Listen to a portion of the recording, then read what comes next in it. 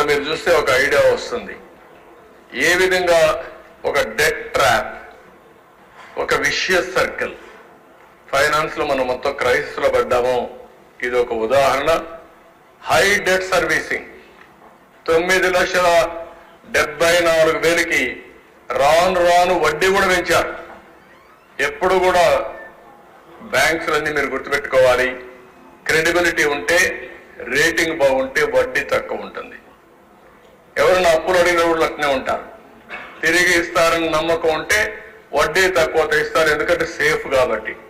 నువ్వు తిరిగి పే చేయలేవనే అనుమానం వస్తే వడ్డీ పెంచుకుంటా పోతారు. అదే ఇక్కడ జరిగింది.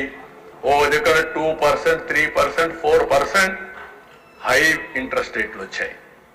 ఆ విధంగా మనకు అప్పులు కట్టడం, వడ్డీ కట్టడం చాలా సమస్యగా తయారవుతుంది. ఇంకొక పక్కన డిక్రీజ్ ఇన్ క్యాపిటల్ ఎక్స్పెండిచర్ తగ్గింది, బాగా ఖర్చులు తగ్గాయి. దీనివల్ల ప్రొడక్టివ్ ఎక్స్పెండిచర్ పెట్టలేకపోయారు, ఇన్వెస్ట్మెంట్లు పెట్టలేకపోయారు. దీంతో ఆదాయం తగ్గిపోయింది. మళ్ళా హైయర్ ట్యాక్సెస్కి వెళ్ళారు, మోర్ బారోయింగ్స్కి వెళ్ళారు. దానివల్ల మళ్ళా ఈ సైక్లింగ్ గా పెరిగింది కానీ, క్రైసిస్ పెరిగింది కానీ సమస్య పరిష్కారం కాలేదు. దీనివల్ల మళ్ళా ఫండ్స్ డైవర్ట్ చేశారు, ఆస్తులు తాకట్టు పెట్టారు. కడాన సెంట్రల్ స్పాన్సర్డ్ స్కీమ్స్ ఏవైతే ఉన్నాయో, మనం 30% పెడితే గవర్నమెంట్ 70% ఇస్తుంది. మనం 40% పెడితే వాళ్ళు 60% ఇస్తారు.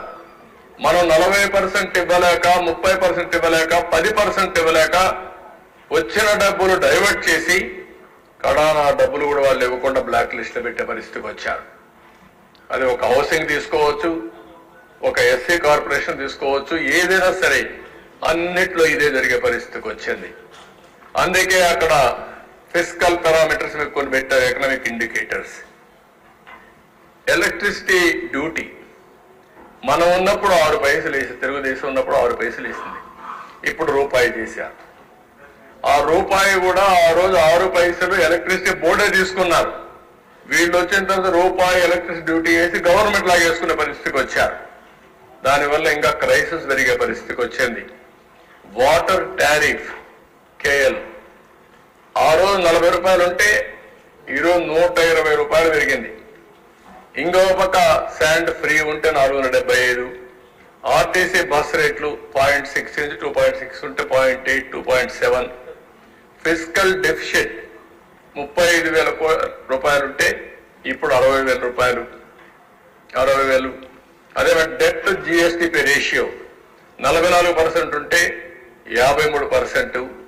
ఇన్ఫ్లేషన్ 4.5 నుంచి 6.2.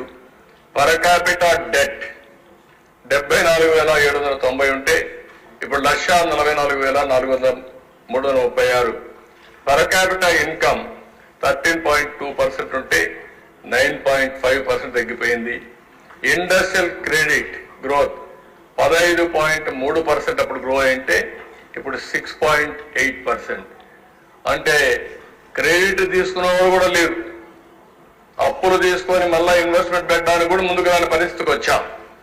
ఇంకో పక్క పర్ క్యాపిటా పవర్ కన్జంప్షన్ 9% అప్పుడు గ్రో అయితే ఇప్పుడు 2% గ్రోత్కి వచ్చేసింది. కరెంటు వాడకం కూడా తగ్గిపోయే పరిస్థితికి వచ్చింది. యూనిట్ స్టార్టెడ్ ప్రొడక్షన్ 225 వస్తే ఇప్పుడు 80 వచ్చాయి. ఆ రోజు CAGR లో GSDP థర్డ్ ఫాస్టెస్ట్ స్టేట్ ఇది మన ఆంధ్రప్రదేశ్. ఇప్పుడు 6కు పడ్డాం. ఈ స్లిప్ అనేది ఇంకా ఎక్కువగా